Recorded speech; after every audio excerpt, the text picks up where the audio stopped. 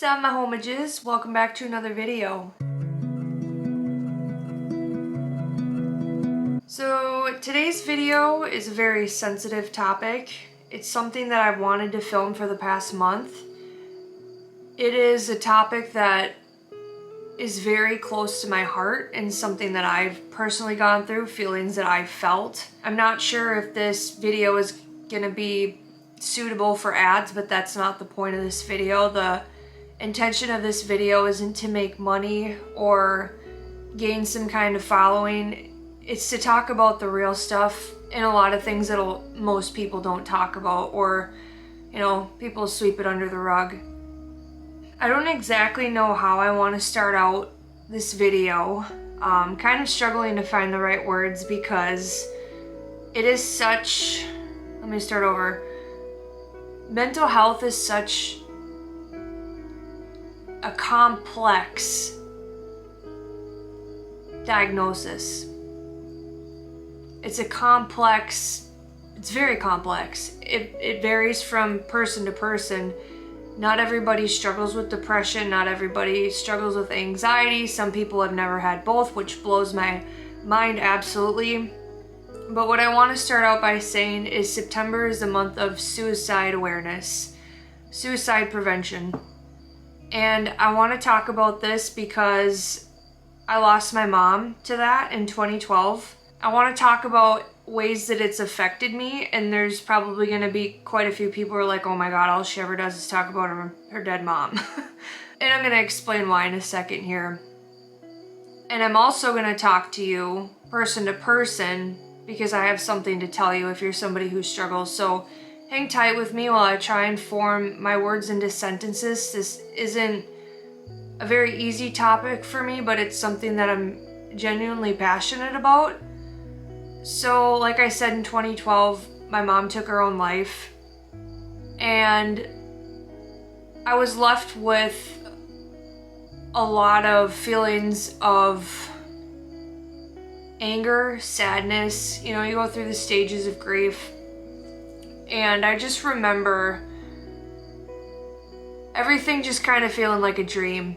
I still remember that day pretty vividly. I remember when my dad came in the house and told me after the deputy called him and whatever. My mom's passing was an investigation, so I don't 100% know, but it was an OD, so that's pretty clear. But there were some really shady things that went on, and that's why it was an investigation, because just stuff didn't really add up, and I'm not going to go into detail about that. I feel like I'm talking to somebody who is triggered. This is a trigger warning. If this video triggers you, please click off the video, but I want to talk to someone on the other side of the screen that has these thoughts, and I want to talk to you because I want you to know what it's like for a person on the other side of it, okay? And I'll get into the details about how I know what it's like to struggle with, I'm diagnosed with Major Depressive Disorder. I can't talk today. When my mom passed away, it wrecked my world. It flipped it upside down. I was gonna do this without crying. It has caused me severe pain, emotionally, physically, spiritually. I was angry with God for almost a decade. I was lost without her. She was my best friend. I can't even explain the amount of pain that I felt in my heart. I had 2 days off of work, and I was thinking about this today on a walk, and I don't know why I'm sharing all of this, but I feel like it's important. I was on a walk, and I was thinking about jobs, and I was thinking about how much stuff I tolerate, and I was thinking about how this people pleaser in me in life has tolerated things. And I just remember having 2 days off of work in a nursing home. I was a dietary aide, and my boss was wondering when I was coming back to work. I was 18 years old? I was 18. I was still a kid. I didn't know how to process grief. Nobody ever gives you a manual on how to deal with a loss. Nobody tells you. Nobody gives you coping mechanisms, strategies. And so there I went. I was already in therapy because my parents split up, and a few months later she took her own life. There's a lot more details that go into it, and I'm not going to go into detail about that because I'm not ready to share everything that went down. I went down a path of trying several different antidepressant medications. None of them seemed to work. My body metabolized them, and it'd be 3 months into it and I would be on the highest dose on an antidepressant, and it just didn't work anymore.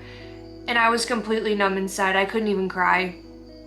I tried anti-anxiety medications. Medications really affect me. I remember taking half of an anti-anxiety medication and it knocked me out it was Thanksgiving back in 2014 or 2015. I took an anti-anxiety med because I was going to Thanksgiving with my now ex, obviously. I was going to Thanksgiving with his family, and I took half a pill, and I remember passing out, like falling asleep on the couch, and I remember he was really upset with me. It wasn't my fault. The medication made me really tired and groggy. I went through several therapists. I went to years of therapy, and almost 13 years later, I'm still trying to pick up the pieces. I'm still trying to clean up the mess.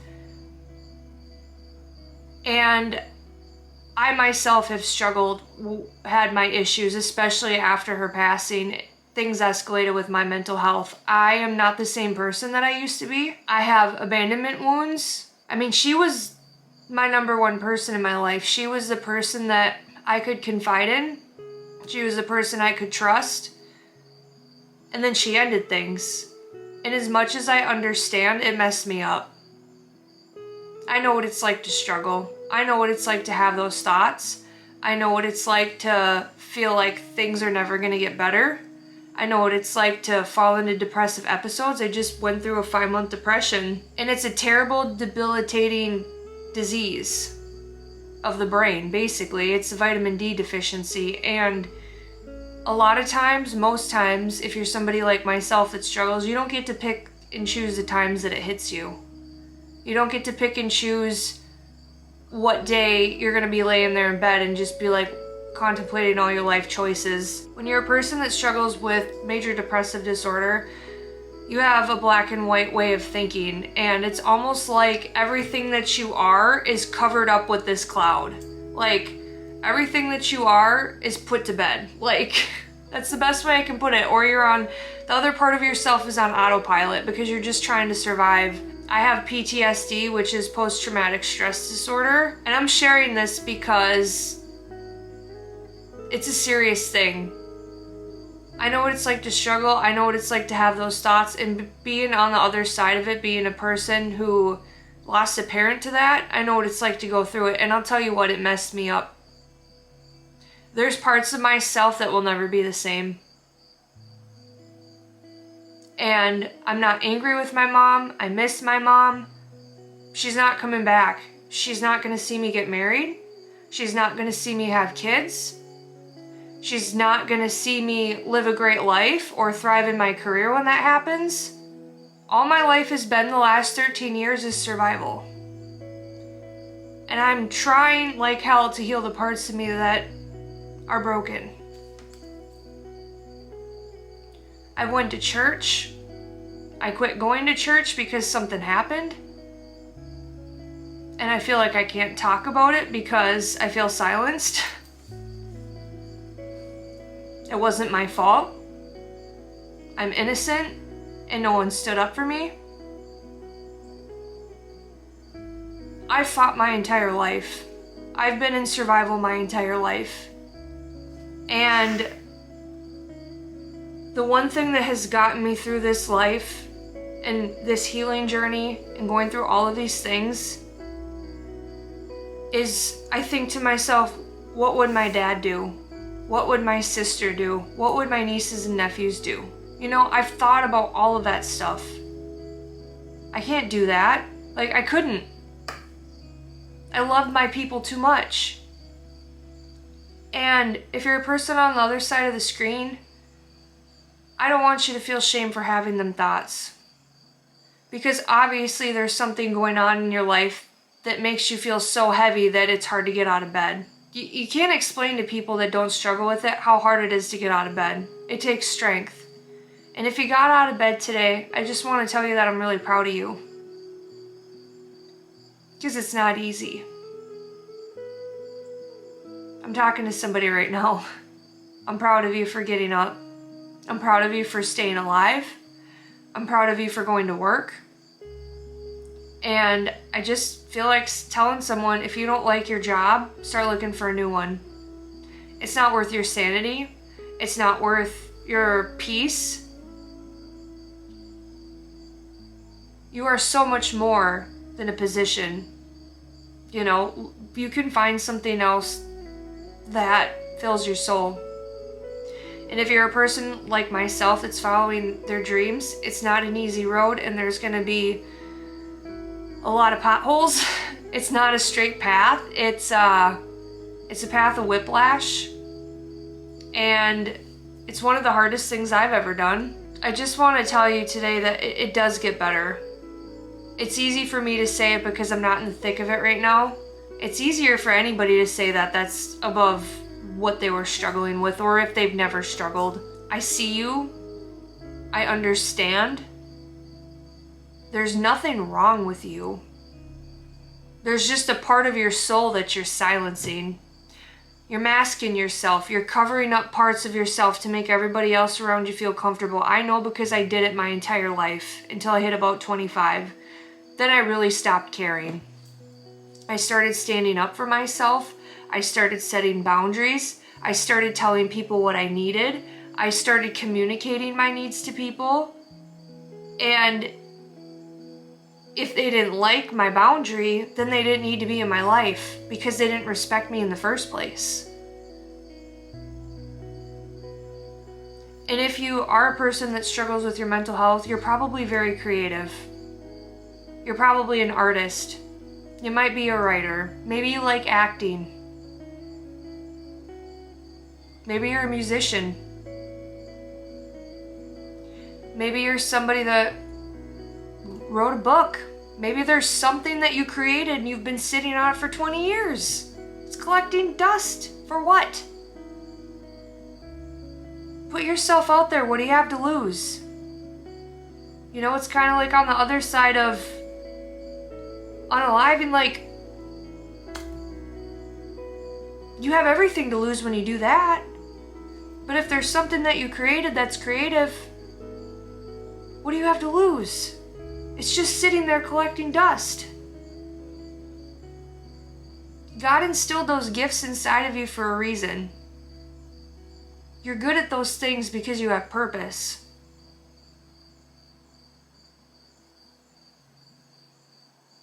What are you going to do with that talent? Are you going to push it off for another 5, 10, 15, 20 years? 50 years? Till you're at the end of your life and go back and say, I wish I would have did more of that? Maybe you're a workaholic like myself. Life is too short to just constantly be doing. And a lot of times, and it's very hard, because I understand, it's very hard to take a rest when all you think is, oh my God, I gotta keep going, I gotta keep going. Like, there's a time and a place for productivity. It's even in the Bible. There's a time and a place for everything. Or there's a time for everything. There's a time to be born, there's a time to die. Read the passage, I don't remember. I'm not good with the scripture, but there's a time for everything. And the thing is we don't have a lot of time on this earth. I spent almost 8 years rotting in bed. I still went after parts of my life that I wanted, but I didn't have the self-confidence. I did it anyway. I showed up even if I was sad. I allowed myself to rest, but I showed up. It's not the people that are the most talented that win. It's the people who refuse to give up. It's the people who persevere. You see, the thing is, talent is one thing, but the thing that's really pushed me forward in life is consistency and showing up. Showing up on time, doing your job. All the promotions that I've received in life is because I kept showing up.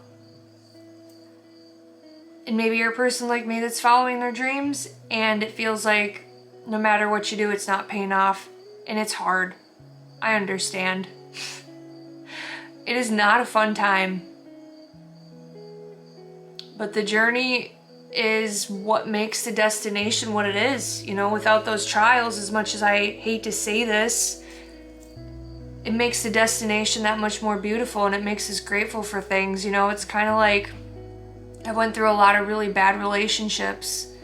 People who didn't see me, didn't seek to understand me. And the person that I marry, I'm gonna value them even more because I know what it's like to be treated like crap. I know what it's like to be ignored. I know what it's like to not have my emotions or needs met. I understand all of it. I get it. You know? Unfortunately, sometimes we need to have the bad that happens in order to appreciate the good. You know what I mean? Doesn't make our suffering any less more sufferable. It's painful. It's messy. It's ugly.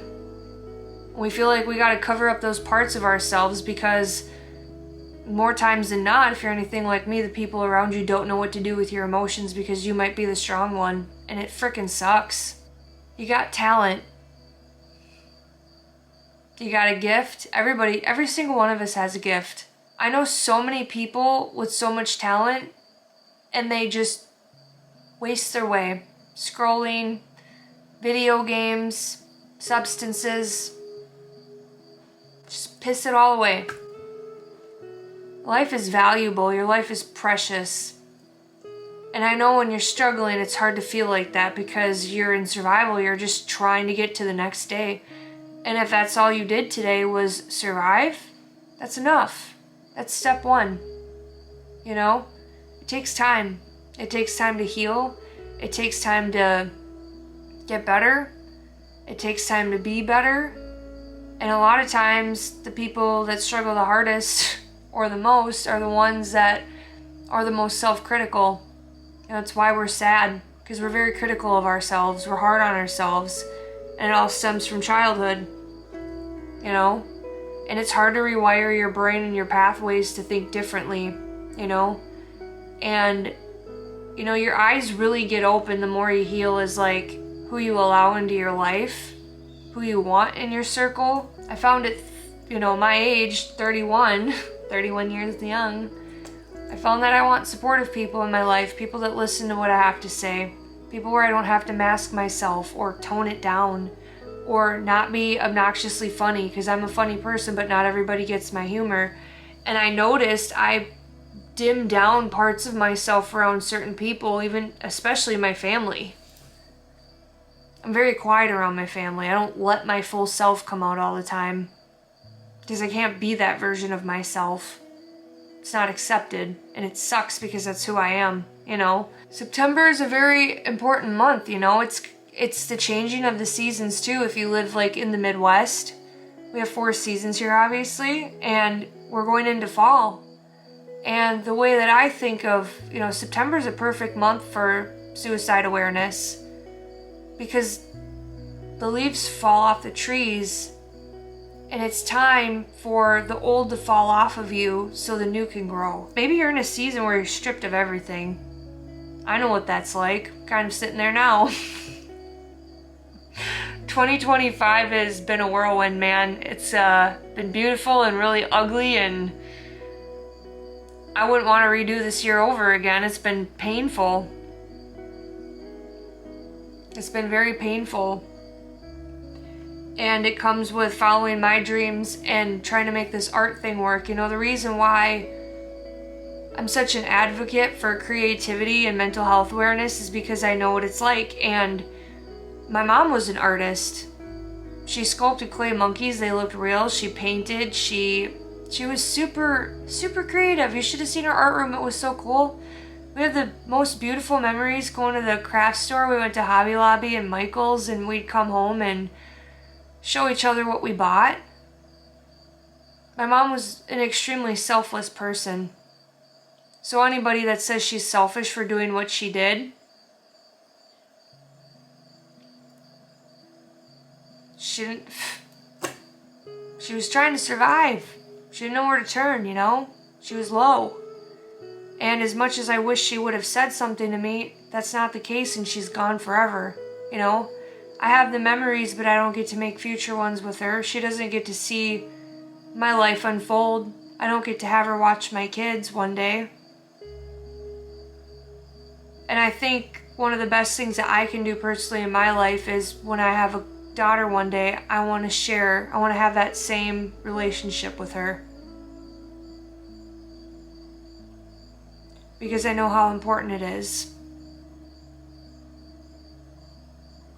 Maybe I had to lose her so I can value when I have kids, because they'll mean everything to me. You know? It's hard not to look at things black and white sometimes, especially when you're in the thick of it. That's all your brain wants to do. It reverts to negative loops, and it's exhausting.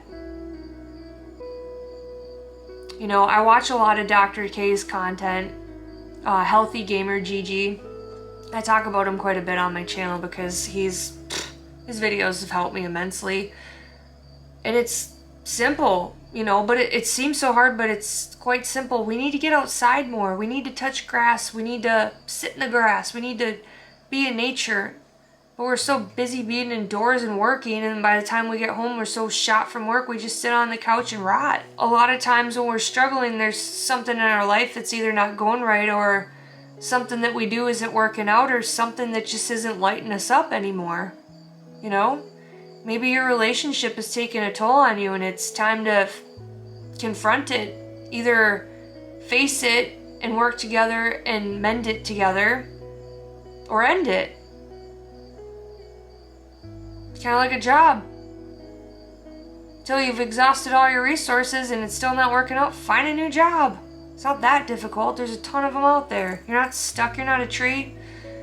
I heard that quote somewhere else. Like, you're not a tree. You're not stuck. You can move whenever you want. And there's so many times in my life where I felt stuck. And it's our mind playing tricks on us. It's this old conditioning in our minds. You're not weak. You're just sensitive. And you have all those deep emotions because you have a big heart, and there's nothing wrong with you. You just need somewhere to put that energy. And if you feel like you have no energy, go for a walk. Even if it's 10 minutes, I promise it'll help you. It'll boost your endorphins. It's hard sometimes. I've been there. I've been in times where I felt like no matter what I did, nothing was working, but I still kept doing it. And eventually I felt better. I just didn't give up. And you can't give up. You gotta stay here for your kids. You gotta stay here for your parents. More importantly, you gotta stay here for yourself because you have your whole life ahead of you. I know things are tough and I know things are hard. Just one more day. Tell yourself that. Just one more day.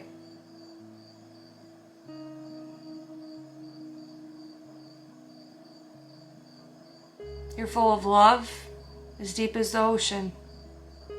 So, I think that's about all I have to say in this video. I just felt very compelled to make it because it's something I'm very passionate about, and it's something that has affected me, obviously, in my life, and it's the reason I am who I am today. It's one of the hardest things I've ever gone through, but it shaped me into who I am. I know a lot about life. I've been through a lot. Way more than I even talk about. I've seen a lot in 31 years, more than most people have in 60. I've seen a lot. I know a lot. And I know that no matter what, things are going to get better. They always do, even if it doesn't feel like it. You can be going through the worst season of your life. You could look back a year from now and be like, wow, thank God I kept going. You're more than those voices in your head. It's gonna be okay. Please stay another day. That is all I have to say. Yeah, just one more day. I love you guys.